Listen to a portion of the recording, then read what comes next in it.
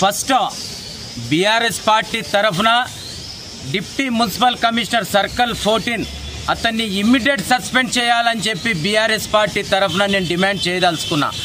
ఎందు గురించి మాట చెప్తున్నా అంటే గత మా ప్రభుత్వంలో కూడా ఒకసారి జరిగిన తర్వాత ఇమ్మీడియట్ మా నగరానికి చెందిన మంత్రి తలసాని శ్రీనివాస్ యాదవ్ గారు, కమిషనర్ గారు, జోనల్ కమిషనర్ గారు, జెడ్సీ గారు, ప్రతి ఒక్కరు వచ్చేసి రాత్రి ఇన్స్ట్రుమెంట్ వేయించి మేము చేయించిన ఘనత మా బీఆర్ఎస్ పార్టీది. కనుక నిన్న రాత్రి ఇంత పెద్ద సంఘటన జరిగినా కూడా అధికారులు ఎక్కడున్నారని చెప్పి బీఆర్ఎస్ పార్టీ తరఫున నేను ప్రశ్నించదలుచుకున్నాను. ఎందు గురించి మాట చెప్తున్నానంటే బీఆర్ఎస్ పార్టీ తరఫున ఆ రోజు మేము ఎన్ని పనులు చేశామో మీకు తెలుసు. ఈరోజు ఒక కాంగ్రెస్ అధికారి లేడు, ఒక జిహెచ్ఎంసీ అధికారి లేడు, కమిషనర్ గారు లేరు.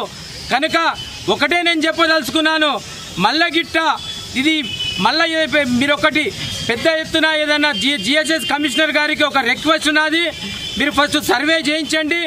ఏదైనా మొత్తం నాలా ఏదన్నా కుంగిపోయే పరిస్థితి ఉంటే ఇమ్మీడియట్ దాన్ని సరిదిద్దే విధంగా మీరు చేయాలని చెప్పి బీఆర్ఎస్ పార్టీ తరఫున నేను హెచ్చరించడం జరుగుతుంది. ఫస్ట్ మీరు ఏదైతే సర్కిల్ 14 డిప్టీ మున్సిపల్ కమిషనర్ గారు ఆఫీస్లకి బయటికి వెళ్ళాడు ఆయన, కనుక ఆయన ఇమ్మీడియట్ సస్పెండ్ చేయాలి. లేని పక్షంలో ఈ ఫెస్టివల్ అయిన తర్వాత సర్కిల్ 14 మొత్తం మీ బీఆర్ఎస్ పార్టీ వచ్చేసి మేము ధర్నా చేసి నేను సస్పెండ్ చేయించేదాకా వదిలే ప్రసక్తే లేదని చెప్పి బీఆర్ఎస్ పార్టీ తరఫున హెచ్చరించడం జరుగుతుంది.